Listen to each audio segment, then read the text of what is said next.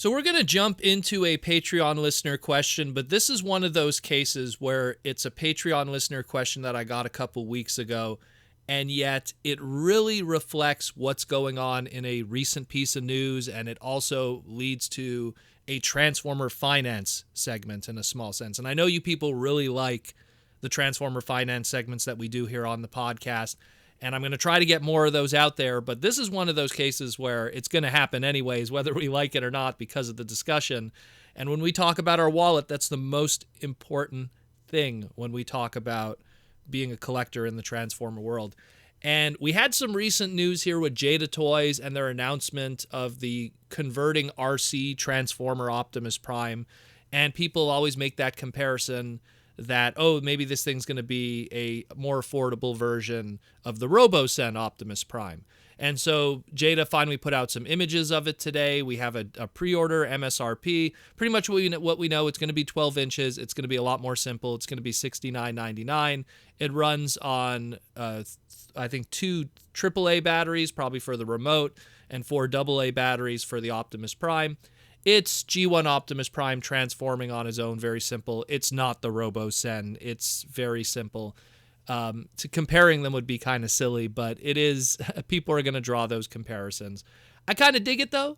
I mean, it looks cool. Look, for $69.99, you could do a lot worse. And, I mean, it's also going to compare in a lot of ways to what we're going to discuss, because we have a Patreon listener question today from our longtime patron, Space Ghostal, and Space Ghostal wants to know, and if you want to be like Space Ghostal and be part of the Transformer Slag Patreon and help support the podcast, let us know. We're doing a half-decent job in the Transformer world, entertaining you Monday to Friday, and sometimes, doing our thing on Saturday and keeping you guys entertained too. Again, patreon.com/Protoman gets you in the pinned comment. Check the pinned comment or the description below. And a lot of good stuff you could get to. Check out the Patreon. A lot of cool stuff there. Get your name in the end credit scroll, access to the exclusive Discord, and much more. And much more, and including, depending on what tier, a Patreon listener question you could ask. And Space Ghostal wants to know, and what he asks here is, now that the Robosen Optimus Prime and his trailer are now a thing, and it's quite obvious that a majority of Transformer collectors would not be able to afford him, and it's selling out, do you think the later years that this toy will be considered a holy grail by many fans, or just another cheap gimmick that'll go along the way of Ultimate Bumblebee 2007, which I'll get into in a moment especially, that most people forgot about? What do you think the history will be for this toy, and how will it age, of course? Keep up the great work, Space Ghostal. Well, thank you, Space Ghostal. Again, Transformers itself could be considered a gimmick in a lot of ways. I mean, there's so many gimmick-based stuff within our brand, and some age better than others. But when you look at stuff like you mentioned here, the Ultimate Bumblebee, before we get into Robosen Optimus Prime, Ultimate Bumblebee, it was kind of a unique kind of thing, because when he came out in 2007, his MSRP was $89.99 USD, and up to that point in 2007, there had not been a Transformer toy that price since, amazingly, exactly 20 years up to that point, in 1987, which was Fortress Maximus. Up to that point, there was no Transformers in the Western world that had that price point. Yeah, maybe some stuff in Japan with Grand Maximus and Brave Maximus, but in the West, we didn't have anything that was $89.99. We just didn't have that. You could argue, maybe a masterpiece Transformer here and there and stuff like that, but when you're talking like mass retail, it just didn't happen. And then this thing came around, and it was the Ultimate Bumblebee, lights and sounds, and it moves and it talks, and you could transform it from one mode to another. It's not just like a cheap little robot. And after it came out, it became this item that, everyone was hot on the Transformer movie from Michael Bay. Everyone bought it. Everyone was excited. And it still didn't move as many units as they thought. And then Hasbro worked out a thing with Costco, and they made a Costco exclusive version in the tail end of 2007. It was the same price, but then it came with like a free pack-in 3-inch movie Bumblebee titanium figure, which was exactly the same like the individual retail sold 3-inch titanium Bumblebee. So you got a free titanium Bumblebee pretty much for the same price. And then in early 2008, I think they just wanted to kind of fire sell them. They made a deal with Walmart, and they sold the Ultimate Bumblebee, and it came with a free pack-in of Deluxe Class Brawl and Scorponok from the 2007 movie line, and it was $79.99. It was actually $10 cheaper than before. And you got 2 deluxes, so not bad. And let me just say, I had a lot of egg on my face from buying that day one. But yeah, it was what it was. But then you fast forward to Revenge of the Fallen 2009, and then they wanted to make the best of that mold that they put all this time and effort into. They reissued it again. They resculpted the head to make it more movie accurate. They gave it a battle mask, and now it plays the Touch from Stan Bush. So it was probably the best version if you wanted to get one version of this mold here. That was probably the best one. And that was called the Ultimate Bumblebee Battle Charged version. And that one stayed at the same price at $89.99. They didn't price hike 2 years later, not like what we have to deal with today. And that was that. But how did that age? Well, you go on eBay right now. As of this recording right now, there's a guy selling a sealed 100% sealed Ultimate Bumblebee for $19. $19. If you go on the sold listings, they range between $20 to $30 loose complete. Yeah, it didn't age well. It really did. It was a gimmick, and it was what it was. And that kind of falls into how does stuff age with historical value in the Transformer toys. When it comes to value and how it ages is very different than other toy collectibles. There's a very different kind of mentality and way of thinking, and we kind of work with historical value, uniqueness, and long-term value. And I'm going to get into that now, and let's talk about the Robosen Optimus Prime. Now, the Robosen Optimus Prime, it debuted in April of 2001. They were asking $750 for this thing. It was very impressive. It was very cool. They got all kinds of, actors and everyone to hype it up. They sent it to a whole bunch of different influencers to get people excited about it. It sold out. It did. And it did very well. And then exactly a year later, they in April of 2022, we get shown the trailer. And the trailer is impressive. It does a lot of the same things. It adds a whole new flavor to it. And it sold out. And so it shows that there is a demand and a market for it.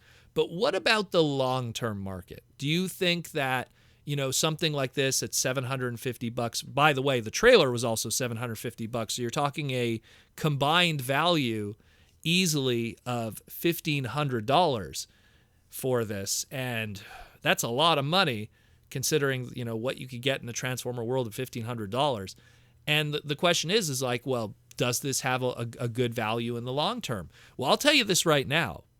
As of this recording, people regret selling their Optimus Primes already on eBay. You go on eBay right now, and there's people selling the Robosen Optimus Prime for, it's clearly a pre-owned one, because it's, it's not like a stock image. It's someone that opened it up, messed with it for a bit, and went, well, that was $750. And you have people selling it for at cost, which when you think about eBay fees and processing fees and everything, they're losing money. And God forbid they undercharge on the shipping for that big, heavy thing. But they're selling it at cost. There's some listings that I've seen that are selling it at less than cost. $700, $650 was sold. Some of them are $800 or $850, and when you factor in, okay, they sell it at $800 or $850, they're either slightly losing money, they're either barely breaking even, or maybe they made a couple bucks in profit when it was all said and done. And when you're barely making a couple bucks, you're better off taking that $750, going to a bank, locking it in for a year, because you pretty much locked it in for a year at this point, and getting back your investment in a short-term bank, if anything. It's crazy. This thing is one of those cases where it's not going to dive in value like the Ultimate Bumblebee, but it's definitely going to hold value or just go slightly below. And the people that are slightly below are probably just going to be all these people that are stuck with it, trying to get their money back, and them kind of fighting, fighting for position to get the lowest price on eBay so they could make their sale, even if they lose money. And that's right now with this, the Optimus being a year old, them reissuing them again in April here of this year, and then the trailer that's not out yet, it's been pre-ordered. the way I see it, and then it's all like the thing that worries me is this is all tied to iPhones, USB 2 technology, and an app that is available online right now. What are we talking about in 10 years from now? 10 years from now, technology moves so fast. 10 years from now, is this thing even to be able to function? Yeah, you might get some of the charge capabilities and the voice acting stuff, the voice initiation stuff, but is this thing going to be able to function to its fullest capacity? What will iPhones be like in 10 years from now? Will iPhones and smartphones even exist? Or they move to a new kind of technology that won't even be compatible with that?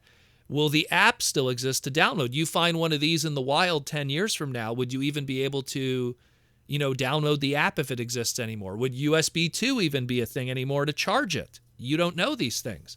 So it's going to be one of these relics potentially also that will be completely overshadowed and be seen as a gimmick probably 10 years from now if those kind of things get phased out, which, I mean, think about like we're talking now in 2022 as of this recording. Think about what the iPhone or even what the iPad was 10 years ago. It was just trying to find its place, especially the iPad was just trying to find its place. I remember, shout out to one of the former TFCon staff members. Actually, I don't know if he wants his name to be said because he didn't really use a screen name back in the day. But, he was one of these people that I remember at BotCon 2010. He brought the very first iPad and he was like, oh my God, you can't even have multiple windows. Like you see how that evolution of technology works. So it's something that who even knows 10 years from now if this thing will even be able to function to its full capacity, or it'll just kind of be kind of a zombie of a toy that it could have been, and what will come out after that in the 10-year span anyways. Not to mention if China bootlegging it and making better versions or versions that are cheaper or versions that are more accurate or versions that have better paint on it, and getting into paint because like one of the biggest problems that people were already reporting owning it is when the second you transform it for the first or second time on a hardwood floor, you scratch the hell out of the paint on his fists, which kind of make like the front of the car, the vehicle and everything. You scratch the paint out of the fists. You're scraping the hell out of the feet every time it walks. And then don't you dare put it on concrete or any kind of like outdoor surface. So it has to be on hardwood floor and it's still getting scratched. If you put it on carpet, it barely is able to move and it falls over. And considering how much valuable this item is, you don't really want it falling over a lot, let's put it that way, with all its fragile little pieces. So it's a really touchy kind of item. And if I'm seeing right now in the moment, there's already people trying to get rid of it, I don't know what that's going to be like in 5 to 10 years. There's going to be obviously some hardcore collectors that are going to want it mint sealed in the box, never opened, and that'll have a value of $2,000 because, like a graded comic book or something, or a graded, magic card that you can't now functionally use, or Pokemon card. But at the same time, I think that a majority of it, people are not really going to care. And I know Transformer fans. And because Transformer fans are very unique when it comes to the action figure world, the last thing that they're going to see value in is something they can't tactically engage with. Yeah, it auto transforms and it talks and it does this and it has that remote control aspect to it. But most Transformer fans rather have a Masterpiece or a Leader Class Optimus Prime that they could do the exact same thing, but it's them doing it. It's them messing with the puzzle play. They don't want the puzzle that solves itself, especially when you're talking $750. But again, the secondary market, I think it's going to go lower than its original MSRP. And I think that's something that's going to be more attractive, whether it be unofficially or officially will come around, that'll also kind of hurt that secondary market value. And that goes back to what I was saying. You have historical value, uniqueness, and long-term value. Historical value is there something important about this toy? Was it the first time that this character had a toy? Does it have that historical value? Is it the first time, like the rookie card of this character? Is it the first time? Is it unique? And by unique, the uniqueness part is it the best version of that character? Is there something unique about it that makes this version of this toy unique compared to other versions of that character, of that toy? Why, a certain Netflix Bumblebee toy will go for way more money, loose complete, than a loose complete G1 Bumblebee, even though the G1 Bumblebee has the historical value. Transformer fans value the perfect look. They rather have that. Isn't that crazy? Where the Netflix one will have more of a value than even the G1 one. Not to mention, again, the accessibility, because there's less Netflix G1 Bumblebees than there are G1 Bumblebees, because they've been reissued to death in different versions with better head sculpts and all kinds of stuff. It was on Walmart shelves too at one point as an exclusive. And then the long-term value, because things change. Things change all the time. Something that's valuable today could change in 5 years because technology changes, a reissue comes out, a bootleg comes out, stuff that just changes the demand of that item and then shifts the money elsewhere. And when it comes to the Robosen Optimus Prime, and look, I'll be transparent, I don't own one. Would I like one? I'd like one, but at the same time, I wouldn't like one for $750. That's a lot of money. And this is coming from the same guy who bought Unicron in a comparable kind of value. Unicron, I was like, okay, this is not going to be in retail. This is something that I feel Hasbro is probably never going to revisit again. Maybe they might reissue it again, which would be great for people, but I really don't see a reason to skip Unicron because it's something very unique about it. There's something historical about it because really when you think about it, every Unicron that we've gotten up to this point has really just been a repaint, retool of that Armada one. So it's not G1 Unicron. It was always just Armada Unicron in a different shade of clothing.